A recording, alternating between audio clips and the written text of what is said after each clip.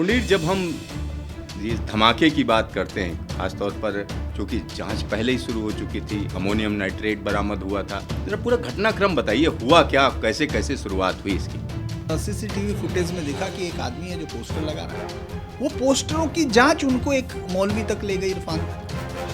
अब वो पोस्टर जब मौलवी से पूछा गया तो वो उनमें पोस्टर लगाने वाले का पता चला वो था डॉक्टर।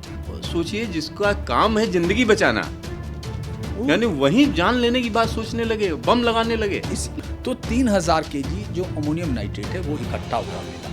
वो आरडीएक्स नहीं था, अमोनियम नाइट्रेट था। वो हड़बड़ी में था और वहाँ पहुँच गया और अचानक उसका प्लान नहीं था और फट गया दुर्घटनावश। एक छोटी जगह को पूरा का पूरा नेस्तनाबूद किया जा सकता था, इतनी जबरदस्त वो थी। ये इस लेवल पे जा चुके हैं आतंकवादी। नमस्कार, न्यूज स्टेशन के सभी दर्शकों को हमारा नमस्कार। हाल फिलहाल की बात करें तो दिल्ली में लाल किले पर हुआ बम धमाका कहीं ना कहीं दुनिया भर में गूंजता रहा। और सबसे बड़ी बात यह है कि 11 साल बाद दिल्ली में इस तरीके की स्थिति पैदा हुई। हालांकि उसके तार अलग अलग जगहों से जुड़े, सीधा सीधा जिन जगहों से तार जुड़े, अगर हम उसकी बात करें तो अल फलाह यूनिवर्सिटी, जो कि एक प्राइवेट यूनिवर्सिटी है दिल्ली एनसीआर में, हरियाणा में धौज के पास में, वहाँ डॉक्टरों तक जो है इसके तार जुड़े, कई डॉक्टर अरेस्ट हुए। और साथ ही साथ इसमें जो सबसे चौंकाने वाली बात है कि इन लोगों की जो साजिश थी उसका जब पर्दाफाश होने लगा, तमाम चीज़ें सामने आने लगीं, उसके बाद कई लोग बचाव में आने लगे। और सबसे जो चौंकाने वाला बयान रहा वो अरशद मदनी जी का रहा।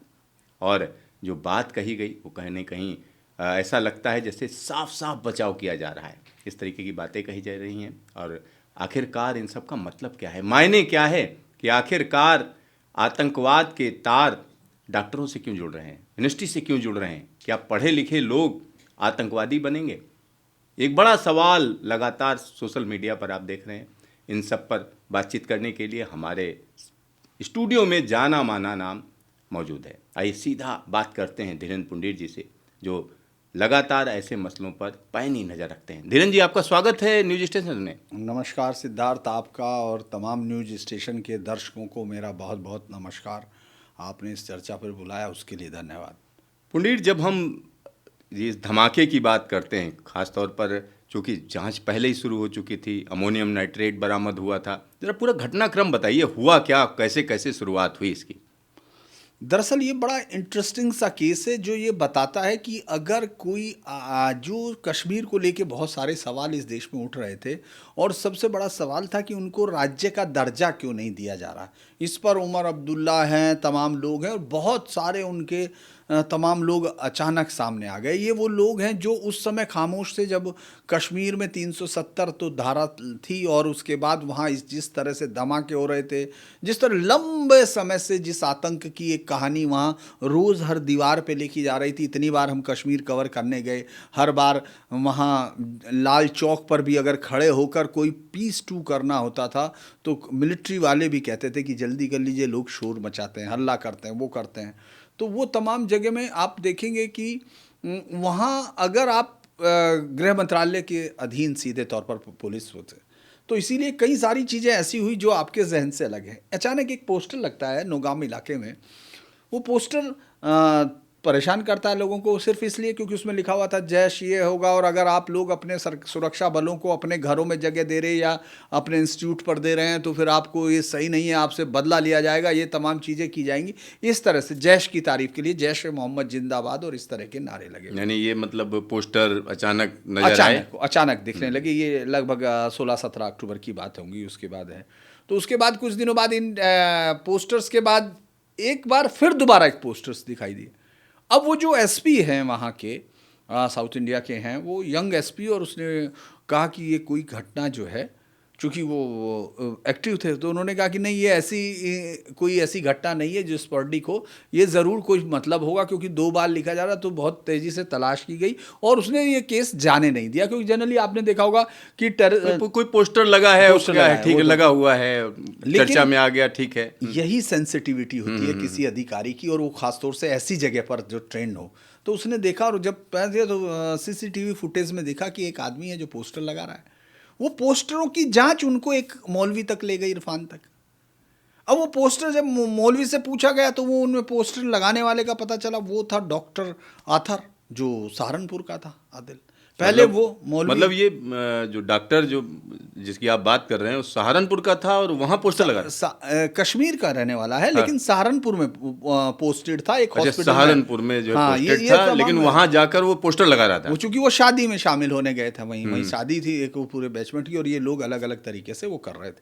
तो पोस्टर लगाने लगा, वो उसको पकड़ा गया तो पता चला कि एक डॉक्टर मुजम्मिल है साहब। ये कहाँ है? कहने साहब ये अल फलाह यूनिवर्सिटी में है, ये भी डॉक्टर है। वो अल फलाह यूनिवर्सिटी पहुंच गई मतलब सहारनपुर का डॉक्टर, फिर अल फलाह यूनिवर्सिटी का डॉक्टर, हाँ वहाँ पहुंच गई मुजम्मिल। अब वहाँ जब उसको पता किया तो उससे मुजम्मिल के बाद पता चला कि एक उमर नबी है, वो गायब है। अच्छा, मुजम्मिल के पास उसकी निशानदेही पे उन्होंने कुछ जब चेक किया गया, अब तो चूंकि पुलिस तो फिर अपने तरीके में आ जाती है, एटीएस, और वो जो वहाँ की क्राइम ब्रांच जो बनाई गई है, बहुत ही बेहतरीन एक स्पेशल इन्वेस्टिगेशन टीम जो बनी है वहाँ कश्मीर में, तो वो अच्छे लोग हैं जिन्होंने बहुत अच्छे समय से, लंबे समय से इस टेररिज्म को कवर किया। क्योंकि भाई अब अगर पूरे देश में एक पुलिस अगर कोई सबसे ज़्यादा टेररिज्म को टकरा रही है तो वो जम्मू कश्मीर पुलिस है, हमको कहना पड़ेगा। हालांकि उसमें ब्लैक शीप्स बहुत हैं, लेकिन फिर भी आपको ये देखना पड़ेगा वो अपनी कुर्बानियाँ भी दे रहे हैं और लड़ रहे हैं। तो अब उन्होंने जब उसको पकड़ा, उससे बातचीत शुरू हुई, तो वहाँ 3029, पहले तो 350 kg मिला। तो आपने देखा होगा पहले दिन वही चला, और एकदम शुरुआत हुई कि RDX मिल गया। हाँ, पहले तो चल रहा था कि RDX की बात 19 की 9 की बात थी शायद, मैं उस समय जयपुर डायलॉग में था। तो मुझे लगा कि अगर 350 किलो RDX है तो बहुत बड़ा मामला हो गया। और फिर हम लोगों ने ट्रैक करना शुरू किया कि भाई ये हुआ क्या। तो अब उसके बाद अचानक खबर आने लगी कि एक महिला डॉक्टर भी शामिल है, एक वो भी शामिल है साहब। ये बड़ा यानी अब तक कितने डॉक्टर हो चुके थे? तीसरा डॉक्टर हो चुका है, तीसरा डॉक्टर आ गया। अब ये चौथा हुआ। तो अचानक आपने देखा कि अगले दिन चूंकि सर्च की गई वहाँ, तो 3000 kg जो अमोनियम नाइट्रेट है वो इकट्ठा हुआ मिला। वो RDX नहीं था, अमोनियम नाइट्रेट था। 250 kg भी, 300 kg, और ID मिले लगभग हजारों की तादाद में वहाँ मिले। तो वो लोगों को एकदम ये लगा। इसी बीच में डॉक्टर उमर नबी स्लिप कर गया, मतलब गायब हो गया एकदम। वो उसको चूंकि उस समय से पहले से वो वहां रुका हुआ था एक जगह पे, और उस तक ये जैसे ही पता चला। ये जो बरामदगी हुई जिसकी आप बात कर रहे हैं, 3000 किलो अमोनियम नाइट्रेट, हाँ, मतलब 2900 कुछ है, LED, आईडी क्या बोलते हैं, IED, हाँ, तो ये किस जगह पर मिले? ये सब वहाँ एक गांव है, उससे बिल्कुल बराबर में लगा हुआ एक मौलवी है, वो अरेस्ट कर लिया गया। उसके घर से किराए पे लिया गया घर था। उसमें ये लोग चूंकि वो बात किसी से करता नहीं था, ना मुजम्मिल ना कुछ, ये लोग बाकी किसी से बहुत ज़्यादा बात नहीं करते थे। वहाँ उसके घर में मिला। और बल्कि बड़ी इंटरेस्टिंग बात यह है, वो मौलवी जो अब गिरफ्तार है, वो बार बार एक ही बात कह रहा है कि उसका किराया दिलवाया जाए उससे। अच्छा, मतलब और कोई लेना देना नहीं, किराया चाहिए। वो अभी अंदर है जेल में, मतलब अभी है, लेकिन उसको अपने किराए की चिंता है। ये बड़ी, इससे मतलब नहीं है कहाँ बम फट गया, क्या हुआ, वो उनमें से भी शामिल हो सकता है। अभी तो वो जब अंदर है तो अभी तो जांच के दायरे में ही है। अब उसके बाद जब पहले तो मुजम्मिल अहमद गनी हो गया, उसके बाद आपने देखा डॉक्टर आदिल अहमद राथर जो सहारनपुर में था, वहाँ से अरेस्ट हुआ था। इसके बाद नाम जब साइन साइद का आया तो लोगों को लगा ये क्या है। अचानक ये ब्लास्ट हो जाता है शाम को 5 बजे, 6 बजे, 6:42 इस समय कुछ था। और उस ब्लास्ट से दिल्ली के अंदर जो एक बहुत लंबे अरसे से सरकार का जो 11 साल से चल रहा सुरक्षा चक्र था, वो टूटता है। 13 लोग मारे जाते हैं, बेगुनाह लोग मारे जाते हैं। उसके बाद देखा जाता है कि वो वहीं था सुनहरी बाग वो जो पार्किंग है, अगर आप लाल किले में, चूँकि आप तो गए ही हैं, जब आप इधर से नीचे की तरफ आते हैं, मेन रोड रिंग रोड की तरफ आते हैं, जामा मस्जिद वाला जो पुराना लोहे का पुल हुआ करता है ना, उस वाली सड़क से इधर आते हैं, तो वो कोने पे ही पार्किंग है लाल किले के पीछे। तो वहाँ उसमें वो 2-3 घंटे रहा। उसके बाद उसने, चूंकि ये जैसे ही मैं गया तो मेरा ये मानना था, उसी समय मैं गया भी था वहाँ लाल किले पे। फिर अगले दिन चूंकि मैं बीच में आया पटना से, उस समय चुनाव कवर कर रहा था, लेकिन इस घटना से मैं जयपुर डायलॉग से बजाय, हालांकि उन्होंने टिकट वहीं का था मेरा पटना का, लेकिन मैं पहले दिल्ली आ गया। मतलब क्राइम स्पॉट पे आप गए? हाँ, मैंने कहा कि भाई जाके देखना चाहिए, क्योंकि मेरे लिए इसलिए भी इंटरेस्टिंग था। सिद्धार्थ, आपको याद होगा मेरी पहली रिपोर्टिंग जो थी, मतलब टीवी पे टेररिज्म को कवर करने की रिपोर्टिंग लाल किला ही थी। अच्छा, लाल किले पे जो अटैक हुआ था दिसंबर 2000 में, 22 दिसंबर 2000 को मैं पहली बार लाल किला अटैक कवर कर रहा था, टेररिज्म को। तो मेरे लिए थोड़ा सा वो भी था कि चलिए आज देखते हैं, 25 साल बाद भी उसी लाल किले पे फिर वही कवर करने जाना है। एक और चीज़ है इसमें जो कहा जा रहा है कि वो हड़बड़ी में था और वहाँ पहुंच गया और अचानक उसका प्लान नहीं था और फट गया दुर्घटनावश। लेकिन सवाल ये उठता है कि लाल किला ही क्यों? मैं फटना था तो कहीं और फट जाता, धौज में फट जाता, या जहाँ वो बम लिए घूम रहा था मस्जिद में फट जाता। वो फटा जाके बाहर, तो मतलब कुछ समझ में नहीं आ रहा है कि मतलब देखो वो इसको दो तरह से देखना चाहिए, वही मैं बात बता रहा था। क्योंकि जब वो मस्जिद में वहाँ उसमें पार्किंग में रहा, 2-2.5 घंटे रहा, वो रहा, तो ये जब हम टेररिज्म की साइकोलॉजी पे काम करते हैं बहुत हार्डन्ड होते हैं वो। आप लोग जिसमें कॉमन आदमी टूट जाए जिस समस्या में, क्योंकि आप ये सोचिए जब आप एक आदमी का कत्ल करते हैं तभी आप इंसान होते हैं, और अगर आप बहुत सारे आदमियों को मारना, और ये तो दुनिया का यूनिक है। इस पर अभी भी हम लोग इस देश का ये चूंकि इस देश में शायद कत्लो गारत को इस तरह हम लोग नहीं देखते हैं, वरना ये इतना बड़ा केस है, दुनिया में हिल गए हैं। जो लोग टेररिज्म के एक्सपर्ट हैं उनकी अगर आप बातचीत देखेंगे, वो लोग उनके दिमाग से बाहर है, इतना बड़ा, इतनी तैयारी थी। यानी आप ये सोचिए अगर ये एग्जैक्ट हो जाता तो अभी तक किसी एक टेररिज्म की एक वारदात में मरने वाले लोग WTC में जिसमें 3,000 के करीब लोगों की मौत हुई थी, उससे बड़ा होता है। ये लोग शहर सफाया कर सकते थे, मतलब जितना मटेरियल था, जितना एक छोटी जगह को पूरा का पूरा नेस्तनाबूद किया जा सकता था, इतनी जबरदस्त वो थी। क्योंकि अभी इसी में 2.5-3 किलो में वो इतने लोग मार चुके। तो उसके बाद क्या हुआ कि वो दरअसल ये मेरा पहले समय से ही था। मैंने कहा ना कि लाल किले पे मैं गया तो मेरे दिमाग में ये था कि ये अगर इसने पूरा स्पॉट तय कर लिया होता तो ये वहां बार्ज करता, हिट करता, अपनी गाड़ी को ले जाके हिट करता। चूंकि इसके जहन में हुआ क्या कि ये पहले ही फट गया। पहले फट गया का मतलब जो रेड हो गई तो इनकी जो इनका एक प्लान था, पहले जो है पोल खुल गई। दरअसल वो प्लान भी अब सब लोगों को मालूम हो चुका, लेकिन फिर भी हम लोग बात कर रहे हैं तो पता है 32 गाड़ियां खरीद के 200 बम बना रहे थे। अब एक साथ अलग अलग शहरों में वो फटते तो आप सोच के देखो तबाही का क्या मंजर होता। यानी 32 कारें उन्होंने खरीदी हुई, 4 तो खरीद चुके थे, मतलब 4 तो कारें भी, 32 का प्लान था, पूरा प्लान 32 का था। 32 का, और वो अलग अलग जगहों 200 बम बनाने थे, अलग अलग जगह ऑपरेट लगाने थे। तो इसको अगर अभी तक आप देखें तो ये इस दुनिया का सबसे यूनिक, यानी व्हाइट कॉलर, मतलब आप ये सोच ही नहीं सकते कि ऐसा कैसे हो सकता है। लेकिन अब हम आगे बढ़ते हैं। वो जो चूंकि चलती हुई गाड़ी से विस्फोट हुआ है, इसीलिए मैं ये मानता हूं मेरी समझ में कि वो तय नहीं कर पा रहा था, मतलब डिसाइडेड नहीं था। उसका टारगेट उन लोगों ने जो तय किया होगा वो तो अचानक बिखर गया ना। क्योंकि देखिए एक उनके जहन में कभी भी ये हो नहीं सकता। वो लोग पहले ये कहा कि उन्होंने 26 जनवरी को पहले ट्राई किया था यही, फिर उसके बाद उन लोगों को, और देखिए अच्छा, एक चीज़ और हम पंडित जानना चाह रहे हैं कि मॉड्यूल की बात की जा रही है, और ख़ास तौर पर जब आतंकवाद की हम बात करते हैं तो मॉड्यूल्स जो होते हैं उनको आपस में भी नहीं पता होता है कहाँ क्या एग्जीक्यूट करना है, इन वक्त पे बताया जाता है। ऐसा मैंने सुना है कि भाई आपस में भी नहीं पता क्या करना है, और अलग अलग लोग मिलकर एक बड़ी वारदात को अंजाम देते हैं, क्योंकि वो कहीं ना कहीं से कनेक्टेड होते हैं सारे के सारे। तो इस पूरे के पूरे वाक़ये में क्या मिला है अभी तक कितने डॉक्टर जो है कब्जे में आए हैं? क्योंकि इतनी बड़ी घटना को अंजाम देने जा रहे थे, तो अभी बहुत से ऐसे लोग होंगे जिन पर हाथ नहीं डाल पाई होंगी एजेंसीज, जो चुपचाप निकल चुके होंगे। देखिए उन सबको ट्रैक किया जा रहा है इस समय। लगभग दर्जनों डॉक्टरों को वेरीफाई भी किया गया, उनके साथ वो भी किया गया। कुछ लोग वहाँ से भी गायब हैं, वो आए फिर निकल गए, इस तरह क्या है, उनके इंटरेस्टेंट चेक किए जा रहे हैं। चूँकि होता क्या है कि जैसे एक तेज़ हवा आती है, आपने देखा होगा, तो उसके साथ जो भी उस दायरे में आता है वो सब उड़ता चला जाता है, सिमटता चला जाता है तूफ़ान के अंदर। इन्वेस्टिगेशन भी एक तूफ़ान की तरह होता है, वो जहाँ जहाँ भी होता है उन सब को चेक करते हैं। चूँकि ये अनइमेजिनेबल है, आप एक ऐसे हाई प्रोफाइल्स प्रोफेशन के लोगों को, हालांकि हिंदुस्तान में कोई नई चीज़ नहीं है, और इस मॉड्यूल में एक बड़ी बात उसी तरह से, चूँकि हिंदुस्तान में ये बड़ा डिफरेंट आइडिया अब चल रहा है।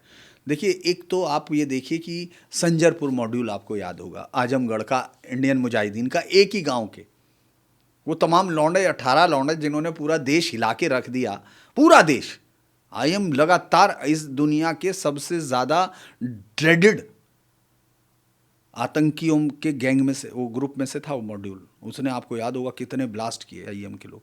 अभी तक इस देश ने उनको सज़ा नहीं दी, अभी तक वो देश उसी में उलझ रहा है, क्योंकि उस पर बहुत सारे लोग रात को भी, अभी तो सुप्रीम कोर्ट खुलने हैं, रात में भी खुलेंगे जब उनको सजाएं होंगी, तो वो तो अलग चीज़ है, अभी तक सज़ा नहीं हुई है। दूसरा कारण क्या है कि ये मॉड्यूल इसलिए भी खतरनाक था, सबसे खतरनाक था, क्योंकि एक संस्था का इन्वॉल्वमेंट भी दिखेगा। अल फलाह यूनिवर्सिटी को लेकर अभी कोई पूरी तरह नहीं आई। अब तक ये तो साफ हो गया कि उसका मालिक धन शोधन मनी लॉन्ड्रिंग में था शामिल, 465 करोड़ रुपए करीब का उसने, उसको कोई मान्यता नहीं थी, 2018 से उसकी मान्यता खत्म हो चुकी थी। इसके बावजूद वो यूनिवर्सिटी चल रही थी। यूनिवर्सिटी का जो मालिक था वो पहले से एक हैबिचुअल ऑफेंडर था, उसके ख़ानदान की हिस्ट्री इस तरह की थी। अगर आप देखेंगे उनमें से कुछ लोगों को, उसके परिवार से जुड़े कुछ लोगों पर रामनवमी के दौरान जो जुलूस पे पत्थर फेंकने के उसमें से पथराव हुआ था वहाँ, उसके पिता जो है शहर काजी हुआ करते थे। तो ये जो पूरा का पूरा, और वो बड़ा फैनेटिक हुआ करता था। तो एक उसके बावजूद वो आदमी 50 करोड़ रुपए की ठगी करके 94-5 में उसके भाई के साथ वो वहाँ से गायब था।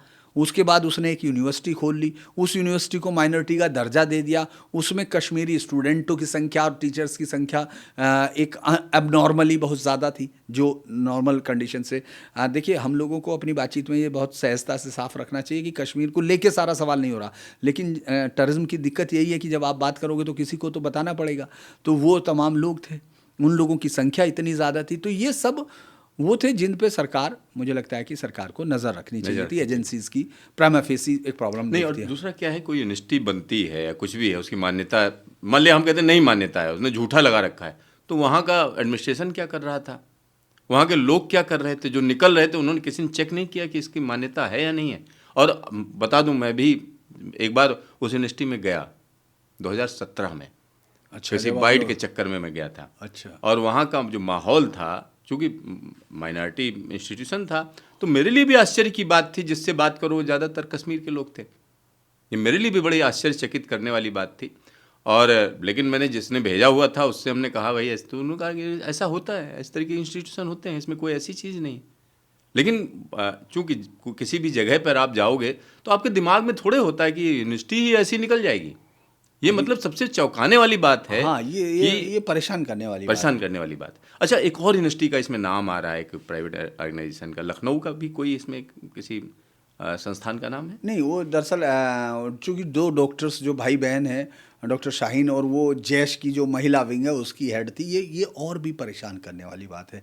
देखिए, एक और इंटरेस्टिंग चीज़ आप समझो, जो लोगों का एक आम फहम बात होती है, जो हम दर्शकों को बता दें कि देखिए, टेररिज्म में हमेशा से लीडरशिप पढ़े लिखे लोगों की रही है। इस देश में ये नैरेटिव जानबूझ के फैलाया मंदबुद्धि अखबारों ने, मंदबुद्धि पत्रकारों ने, मंदबुद्धि उन तमाम लोगों ने जो मंदबुद्धि, माफ़ कीजिएगा, नहीं कहना चाहिए, एक एजेंडे के साथ है। और बहुत सारे लोग लिखते रहे, उनको मालूम नहीं, जो टेररिज्म को सिर्फ गरीब परिवारों से, मदरसों से जोड़ते रहे। ये जानबूझ के तैयार किया गया नैरेटिव है ताकि आप उनको बेचारे कह सकें, ताकि अदालतों में आप इस बात के लिए रो सकें कि साहब इसको मालूम नहीं था, ये तो मासूम टीचर का लड़का था, ये बड़ा मासूम था, बुरहान वानी टाइप। दरअसल आप आज तक दुनिया में डॉक्ट्रिन्स देख लीजिए अपराध की, किसने बनाई हैं, आतंकवाद की। सईद कुतुब, मुस्लिम ब्रदरहुड का जो जो उसका आइडियलॉग है, पूरी दुनिया में जो ये आतंक फैल रहा है, इसको मुस्लिम ब्रदरहुड से ही मानना चाहिए। 1947 में उस संगठन की जो स्थापना की थी मिस्र में, हसन अली बल्ला ने की थी, वो भी पढ़ा लिखा था। सईद कुतुब तो अमेरिका में पढ़ा था। माइलस्टोन, जिसमें उसने लिखा है कि पूरी दुनिया में कैसे काफिरों पर राज करना चाहिए, इनको और किस तरह नष्ट करना चाहिए। तो और फिर देखिए, अल-कायदा का चीफ, सिविल इंजीनियर, वो दुनिया का। अयमान अल जवारी, डॉक्टर्स, मिस्र का, कायरा का, पहले मुस्लिम ब्रदरहुड में था, उसकी अपनी एक संस्था थी, बाद में उसमें मुस्लिम ब्रदरहुड हुई, और वो लोग उसकी हत्या में, अपने प्रेसिडेंट की हत्या में, नासिर की हत्या में शामिल थे। ये तमाम लोग जो है पढ़े लिखे ही लोग थे। आपके देश में ये बेवकूफ़ बनाने की एक फैक्ट्री थी। आप ये देखिए, ज़्यादातर लोगों का कैरेक्टर जो है ग्रेजुएशन का ज़रूर रहा। आप देखिए, संजरपुर वाले उस मॉड्यूल में कितने लोग थे, उसमें से एक सादाब बेग इसी यूनिवर्सिटी का था। मैं इसलिए भी हैरान अल हूँ। फलाह का ही। अल फलाह यूनिवर्सिटी का सादाब बेग, जो डॉक्टर सादाब बेग है, वो इसी यूनिवर्सिटी में पढ़ा लिखा था, उसके बावजूद इस यूनिवर्सिटी पर नज़र नहीं थी। ये बड़ी हैरानी की बात है। मैं इस मामले को लेके मैं बहुत ही हैरान हूँ, क्योंकि इतने अच्छा, सालों से एक और चीज़ जो शुरुआत इस पूरे के केस की हुई, वो शुरुआत ये हुई थी कि जहाँ तक मैंने खबरों में जो पढ़ा, उसमें कोई एक और डॉक्टर पकड़ा गया जो जिसको अरंडी से जो विष बनाया जाता है, रिसिन, यानी जिसको बड़ा खतरनाक जहर माना जाता है, और इतना खतरनाक माना जाता है, उसको बैंड है, मतलब उसका प्रोडक्शन ही बैंड है, वो उसकी तैयारी कर रहा था। दरअसल वो भी डॉक्टर था। वो डॉक्टर चाइना से पढ़ के आया था, डॉक्टर मोइनुद्दीन। वो एक दूसरा मामला था। वो अहमदाबाद में वहाँ की एटीएस ने पकड़ा। उसमें भी मुजफ्फरनगर का एक लड़का, दो लड़के थे। वो लोग रेजिन बना रहा था। वो उसके पास से अरंडी के बीज जो हैं वो, जिनसे वो तैयार होता है, उनको बाद में सब निकालने के बाद उसका एक प्रोसेस है, वो उस प्रोसेस पर प्रैक्टिस कर रहा था। अभी तक कोई बहुत बड़े लेवल पे नहीं है, लेकिन ये इससे पहले एक दो बार दोहराया जाने की कोशिश की गई है। अगर वो बना लेता है और उसको वो करता, तो आप ये समझिए मरने वालों की तादाद का अंदाज लगाइए। दरअसल अब आपके देश में टेररिज्म एक नए रूप में है। आप उसको समझना नहीं चाहते, आप उसको देखना नहीं चाहते। अब टेररिज्म एक दो 10 या सैकड़ों लोगों की मौत से संतुष्ट होने वाला राक्षस नहीं रह गया। अब ये हजारों की हत्या करना चाहता है। ये लाखों को एक साथ मारने का सपना नहीं, लिए जैसे हुआ है। रिसिन की जो लोग सोच रहे थे, रिसिन इतना खतरनाक जहर है जिसका हम कह सकते हैं कुछ मिलीग्राम ही जो है काफ़ी होता है किसी को मारने के पानी में लिए। मिलाने के लिए तो थे। क्या इन लोगों के मन में इस तरीके की मतलब राक्षसी कृत्य है कि पूरा का पूरा इलाका साफ कर दो, लोगों को आप जहर दे दो? ये इस लेवल पे जा चुके हैं आतंकवादी। दरअसल ये आज से नहीं, ये शुरू से ही ऐसा है। क्योंकि आपको याद होगा, यूसुफ पीर भोय करके एक पकड़ा गया था उस समय आईएम का मुजाहिदीन, जो याहू जैसी कंपनी में, जिसको एंटी हैकिंग में बहुत दुनिया में माना जाता था, याद होगा हैदराबाद है, जिसका उस समय पैकेज जब पकड़ा गया था तो 18 से 22 लाख रुपया पैकेज था। उससे मतलब ये एक व्यक्तिगत उसमें बातचीत में जब मैंने एक अधिकारी से जो इन्वेस्टिगेशंस में शामिल थे उनसे पूछा था, तो उन्होंने कहा था कि मैंने उससे कहा कि उसकी एक छोटी बच्ची थी, कि तुम्हारी भी एक बच्ची है, तुमको समझ में नहीं आया कि लोग जो तुम कर रहे हो उससे दुनिया के बच्चे मरेंगे होंगे। तो उसने कहा कि आप हमारी लड़ाई समझ नहीं पाओगे। ये उसका बयान था। इसके मतलब इसके बाद आपको मैं और बता देता हूँ। इसी में एक जब डॉक्टर्स के मतलब घर पहुँचे कुछ अधिकारी, और यानी जो ये अभी पूरा, हाल हाँ फिलहाल हाँ, में, तो उनसे जब बातचीत हुई तो जानते हैं उसका क्या था? No regret no fear. इन लोगों को, जो उनके घर वाले भी हैं, नो रेग्रेट नो फियर, वो ये मान के चल रहे हैं। ये हमेशा की तरह से आप सारे जितने केसेस हैं स्टडी कीजिए टेररिज्म के, और वो अक्रॉस इंडिया में। मतलब आप ये सोचिए, मैं जो बात कर रहा था जिसमें हम लोगों की रह गई थी, एक भी आदमी इनमें से ये नहीं कह सकता उसके साथ व्यक्तिगत कोई सिस्टम ने इनजस्टिस किया हो, एक भी। सरकारी अस्पताल में आप डॉक्टर हैं, जगह जगह डॉक्टर शाहीन को यूपी में कोई दंगे में आपका परिवार शामिल नहीं हुआ, आपके परिवार के खिलाफ कुछ नहीं हुआ, आपके साथ कोई नुकसान नहीं हुआ, आपको सरकारी उसमें पढ़ाया गया, आपको उसमें नहीं कोई रोका गया, कभी किसी ने मुस्लिम होने के नाते तंज नहीं किया। मतलब जो लोग ये कहते हैं कि साहब हमको, जैसे बीबीसी टाइप स्टोरीज आती है कि वो बच्चा कह रहा है कि साहब मेरे से हिंदू बच्चे खेलने बंद हो गए, ये सब कहानियाँ जो बनाई जाती हैं, ऐसी भी कहानी बनाने के लिए आप पे नहीं थी। बस आप, मैं दरअसल अभी जब उसमें था जयपुर डायलॉग में, इस बार शत्रुबोध, हम लोग 7 8 9 में जुटे, जब शत्रुबोध उसका सेंटर थीम था, तो मैंने उस समय, चूँकि मैंने मेरे ही उससे ये शुरू हुई थी इस बार की, वो मेरा सेशन, शुरुआती सेशन था, तो शत्रुबोध पर मैंने कहा कि दुनिया के, उस समय तक ये कुछ नहीं हुआ था, मैंने कहा था दुनिया के तमाम आतंकी संगठन इस समय जो इस्लामिक, पहले 110-130 हैं, उनमें से सब इस्लामिक संगठन है। पहले 100 में सारे इस्लामिक संगठन हैं जो आतंकी संगठन है पूरी दुनिया में। इसलिए ये कहना कि ये बेवकूफ़ी की बात है जो अरशद मदनी कह रहा है, उसको ये हाँ सोचना हाँ, मदनी के हाँ, मदनी की बयान को बातचीत जरा पे हम जरा लोग, बताइए, हाँ, मदनी जो है क्यों ऐसा बोल मैं रहे हैं, क्या? इसलिए बता रहा हूँ क्योंकि ये लोग जो है एक नैरेटिव कवर फायर देते हैं। 2007 में जमात ने ये तैयारी की थी कि इस देश में हर आतंकी का केस वो लड़ेगी जो आरोपी में पकड़े जाएंगे। वो ये कहते हैं कि साहब हर आदमी जो है वो नहीं होता आतंकी, और हम लोगों को, गरीब मुसलमानों को फंसाया जाता है। 2007 से सारे लीगल उनको ऐड दी जा रही, फाइनेंशियल ऐड दी जा रही। तो उनमें से कुछ लोग तो ऐसे होंगे जिनको अब सजाए मौत हो गई, जिनको आजीवन कारावास हो गया, तो क्या इसने उनसे पैसे वापस लिए क्या? भाई उनके फैमिली के जो वकील, लॉयर, उनके पैसे तो किसी ने नहीं दिए होंगे, आपने लिए भी नहीं। इसका मतलब सीधे तौर पे ये हो गया कि आप उनको तो बचा नहीं रहे। मासूमों की लड़ाई नहीं है आपकी, आपकी लड़ाई शरिया आधारित लड़ाई है। आप आतंकवादियों के लिए इस देश में एक लीगल सिस्टम तैयार कर रहे हैं, उसके पीछे इकोनॉमिकल सिस्टम तैयार कर रहे हैं, और उसके पीछे नैरेटिव बना रहे हैं पूरी दुनिया में इस देश को बदनाम इकट्ठा करने के लिए। देखो दुनिया में कोई बदनाम इसके लिए नहीं हो सकता क्योंकि दुनिया जानती है अब इस्लामिक टेररिज्म के लिए दुनिया बहुत वेल वर्स्ड है। अब उनको आयत भी मालूम है आपकी, उनको आपकी हदीसें भी मालूम हैं, पूरी दुनिया आपके अब तफसीर भी पढ़ लेती है। तो इसीलिए अब ये इनके दिमाग से ये बात जा नहीं रही है, क्योंकि इनको तो वही चाहिए।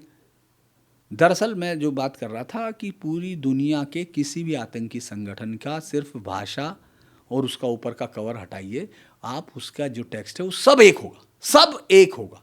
तो इसीलिए ज़रूरत अरशद मदनी को, बजाय कि वो दूसरों को देखना चाह रहा है, उसको खुद को, ये समय इनके समाज के लिए, इस समय समाज के जो बड़े लोग हैं, इस तरह के लोग हैं, उनको ये सोचने की ज़रूरत है।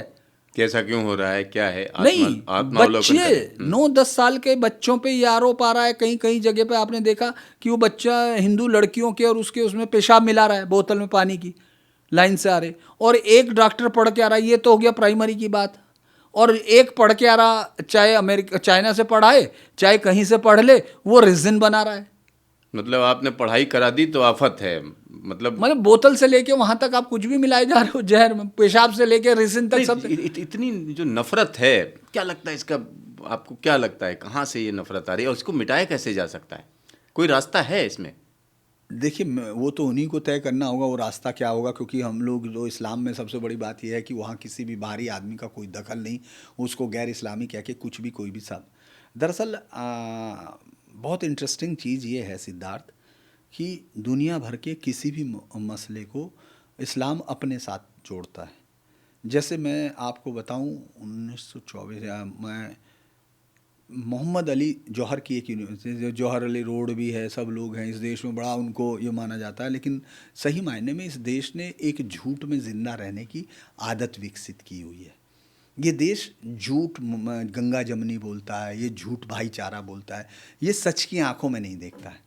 इसीलिए इस तरह की चीज़ें, मोहम्मद अली जौहर ने कहा एक उसमें अपनी स्पीच में अलीगढ़ में, कि साहब महात्मा गांधी जो है वो भले हो सकते हैं, क्योंकि उन्होंने अपनी एक स्पीच में उनको ईसा की तरह बता दिया था, बता दिया। उसके बाद उनकी आलोचना, तो उन्होंने कहा कि वो भले हो सकते हैं, लेकिन एक मुसलमान से वो हमेशा नीचे रहेंगे, एक मुसलमान हमेशा उनसे बेहतर रहेगा, भले ही वो चरित्रहीन और भ्रष्टाचारी व्याभिचारी क्यों ना हो। ये बात ये ऑन रिकॉर्ड है, ये रिकॉर्ड आप पार्टीशन उसमें भी पढ़ सकते हो। अम्बेडकर ने भी अपनी किताब में इसको बाकायदा उनको कोट किया है। तो उसके बाद अगली लखनऊ में उनकी वो थी कॉन्फ्रेंस, और वो पूरे देश में अचानक हतप्रभ रह गया कि यार ये तो मोहम्मद अली जौहर तो बहुत बड़ी इज्जत करता है और बहुत एक दूसरे के लिए रेस्पेक्ट है गांधी जी की, और इनकी गांधी जी तो उसके बिना वो नहीं मानते, और जौहर ने तो उनकी माँ ने पता नहीं क्या क्या ये सब कहानियाँ गढ़ी हुई थी। तो उनसे पूछा गया तो उन्होंने कहा हाँ, मैं अपने बयान पे कायम हूँ, वो हमेशा नीचे रहेगा। तो ये दरअसल इस आइडियोलॉजी से तुम कैसे टकराओगे भाई, जब तक आप इस पर डिस्कस नहीं कर ले। वो तो पढ़ा लिखा आदमी था।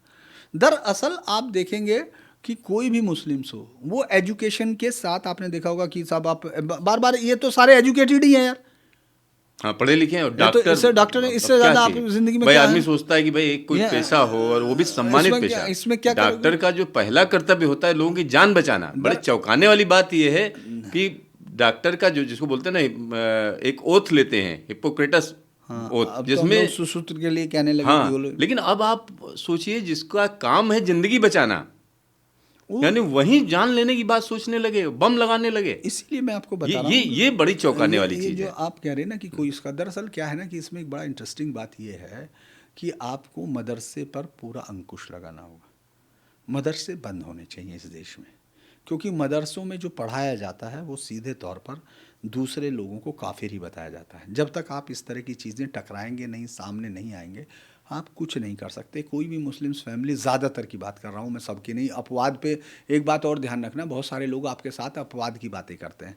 अपवाद कोई उन पर नियम नहीं बनते, एक्सेप्शंस पे लॉ नहीं बनते, सोसाइटी में लॉ एवरेज उस पर बनते हैं।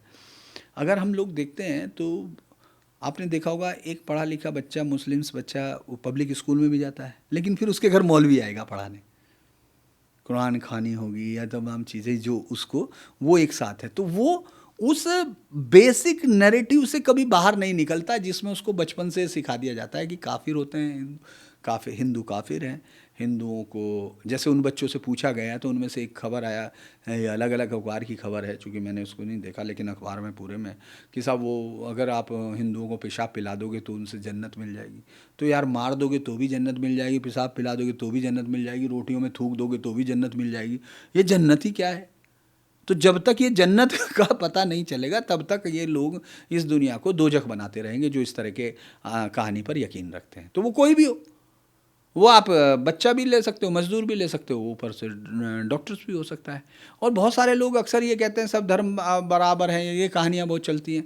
दरअसल हो सकता है कि ये आप कहानी ये आपके ही दिमाग पे नैरेटिव घुसाने के लिए है, क्योंकि वो ममदानी की बात करेंगे कि ममदानी को बन गया, फिर वो दूसरी बात करेंगे कि साहब वो सादिक अली बन गया। वो ये बात नहीं करेंगे कि बगदादी, वो ये बात नहीं करेंगे सीरिया वाला, वो ये बात नहीं करेंगे कि पूरी दुनिया में मारने के लिए ये जो पाकिस्तान में बैठे हुए हैं पूरी दुनिया में आतंकवाद सप्लाई करते हैं, जिसका पासपोर्ट दुनिया के सबसे घटिया उसमें आता है, दूसरे नंबर पे आता है, यानी इतने आतंक में अब वो दूसरे नंबर पे आ गया, पूरी दुनिया में सबसे ज़्यादा आतंक। क्योंकि अल्टीमेटली ऐसा नहीं है कि वो यही कर रहे हो, हिंदुओं के लिए कर रहे हैं या वो तो सबके लिए कर रहे हैं। जो भी नॉन मुस्लिम है उसके लिए नहीं, जो मुस्लिम है फिर उसमें ये तय हो रहा है। अच्छा, वो भी आपस में भी लड़ रहे हैं फिर। अरे हाँ, ठीक है। पाकिस्तान में देखो यार अभी भी, और कल वो घुस गया वो लेके बाहर, क्योंकि आप उस और आप ये डिस्कशन नहीं कर रहे। दरअसल जिस झूठ पे आप जिंदा हो उस पे आप जिंदा रह सकते हैं, दुनिया तो देख रही है ना भाई, जिनके मर गए, जो हुआ ब्लास्ट हुआ, आप ही को तो लग रहा ना। आप देखिए ये सब कहानियां हैं, आप उनके ट्विटर हैंडल देखिए, सैकड़ों ट्विटर हैंडल पे किस तरह से मरने वालों का, वो मारने वालों को खुशी के मारे। फिलिस्तीन पे इस देश ने, जब तक देखिए ये देश भी अभी तैयार नहीं है आतंकवाद से, देश देखिए आतंकवाद से सरकारें नहीं लड़ती हैं, आतंकवाद से राष्ट्र लड़ते हैं। जो लोगों ने फिलिस्तीन के उस पर जब हमला हुआ था, इजराइलियों को मारा था, भून के उनके बच्चों को ओवन में भून दिया, और उस पर अगर यहाँ खुशी हो रही थी तो उन लोगों के ट्विटर हैंडल तो पहचाने जाने चाहिए ना। वो लोग किसी भी सरकारी ऐड के नहीं, उन पर सब पे सर्वे होना चाहिए, उन पर हमेशा नज़र रखनी चाहिए, वो हमेशा शक के दायरे में होने चाहिए। दुनिया में आप देखिए कि फिलिस्तीन फिलिस्तीन फिलिस्तीन, अरे यहाँ कश्मीर से निकाले गए हिंदुओं पे तो कभी बात नहीं हुई। फिलिस्तीन का रोना आज तक, आपको याद होगा जब हम लोग छोटे थे उस समय बड़ा इमाम साहब हुआ करता था, जामा मस्जिद का बड़ा इमाम, शाही इमाम जो होता था बड़े वाला है, वो हर फ्राइडे को उसको फ़िलिस्तीन याद आने लगता था, उतर के एकदम चलने लगता था रोते हुए। मैं भी कई बार शायद हम लोग कवरेज के वक्त ये थे, या अब जो इमाम बुखारी है वो था, या शाही इमाम था वो याद नहीं, लेकिन वो फ्राइडे को अक्सर याद होगा 2001 के बाद कि साहब वो जाएंगे, जंतर मंतर जाएंगे, फला जाएंगे। एक रणवीर सिंह हुआ करता था SHO, SO था शायद वो चौकी इंचार्ज, जो पीछे जामा मस्जिद के नीचे चौकी। तो मैं चूँकि तब तो हम लोग, मैंने बताया कि पहले ही कवरेज वो थी टेररिज्म की, तो बहुत जाता था जामा मस्जिद आसपास वास। आज तक उसमें सजा है सुप्रीम कोर्ट, अभी तक वो केस उलट रहा है। तो समस्या गंभीर है, तमाम ऐसी चीज़ें हैं, तो वे फॉरवर्ड क्या है, रास्ता क्या है, बड़ा संक्षिप्त में? देखिए रास्ता तो यही है कि पहले आपको ये समझना होगा कि ये जो झूठ है, मक्कारी है, इससे बाहर निकलना पड़ेगा, सच समझना पड़ेगा कि कहीं तो कुछ प्रॉब्लम है, उन सब में कुछ तो प्रॉब्लम है टेक्स्ट में, जो नफरत भर रहा है, जो छोटे से बच्चे को ये मजबूर कर रहा 7 से 9 साल के कि वो किसी दूसरे, वो शरारतन नहीं कर रहा, क्योंकि शरारतन एक दो जगह होता, इतने लाइन से भीलवाड़ा से लेके यहाँ तक अगर कर रहा है, अलग अलग स्कूलों में एक ही समय में सरस्वती माँ की मूर्तियाँ, वो तस्वीरें उतार दो, वहाँ वंदे मातरम नहीं गाओ, ये सब चीज़ों से डिस्टर्बेंस है। तो इसका मतलब कहीं इनबिल्ट है सोसाइटी के अंदर, और सरकार को तो कम से कम अपने नियम देखने ही पड़ेंगे, वो तो और भी टेररिज्म के लिए और सख्त होना होगा, है ना। और सबसे बड़ी बात है कि आपको अब उन लोगों पे नज़र रखनी पड़ेगी जो इस तरह को ग्लोरीफाई कर रहे हैं, जो उनको कर रहे हैं। हालांकि यूपी में और कम से कम एक मैंने देखा कि हेमंता बिस्वा शर्मा ने बड़ा वो किया, उसने तुरंत इनको, जो इस घटना के बाद जिन लोगों ने ग्लोरीफाई किया उनको अरेस्ट किया। ऐसे 23-24 अरेस्ट हुए थे, उनको खुद बताया मुख्यमंत्री ने, क्योंकि ये किया जाना जरूरी है। और आपको बाकी तो इनको डिस्कस करना है, वो लोग देखें, उनके साथ बात करें। और सरकार को चाहिए कि एक ऐसा, चाहे वो कोई भी कृत्य हो, चाहे वो धार्मिक हो या कुछ हो, आपको ये एब्सोल्यूट आज़ादी नहीं दी जा सकती कि आप दूसरे धर्मों को मिनिक्यूल करें, उनको काफिर कह के मरने की हिमायत करें, दूसरों की बच्चियों को सेक्स स्लेव बनाने का आइडिया, ग्लोरिफिकेशन को आपको पढ़ाया जाए। आप अल हिदाया पढ़ें, आप फतवाए आलमगिरी पढ़ें, जिसमें सिवाय नफ़रत और उसके अलावा कुछ नहीं है हिंदुओं के लिए। और उनको जो है, अगर ये आप बंद नहीं करेंगे इनके कोर्सेज़ को, तो ये चलता रहेगा।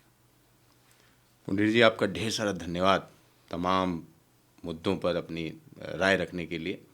और हमारे दर्शक इस बात को समझें कि ये समस्या सिर्फ भारत की समस्या नहीं है, दुनिया की समस्या है।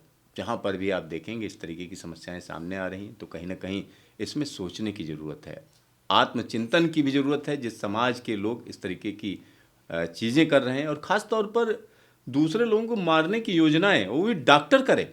आप सोचिए, डॉक्टर का काम ही होता है कि दूसरों की लाइफ बचाना, जो मरणासन्न व्यक्ति है उसके लिए कुछ ना कुछ इंतजाम करना, पूरी कोशिश करना कि वो जिंदा रहे। और जब डॉक्टर ही हत्यारे हो जाएं तो वाकई बहुत बड़ी चिंता की बात है। और भारत में जो हुआ और ख़ास तौर पर इस पर जो तहकीकात चल रही है उसकी जड़ में जाने की ज़रूरत है। जैसा कि धीरेन्द्र जी का कहना है कि इस समस्या की जड़ में जाइए, सोचिए। और ख़ास तौर पर सरकार के लेवल पर ये सोचना पड़ेगा कि आखिरकार ऐसा हो क्यों रहा है, और देश को तो निश्चित तौर पर इसके लिए एक प्रभावी कदम लेना होगा। तो देखते रहिए न्यूज स्टेशन, फिर मिलेंगे दोबारा।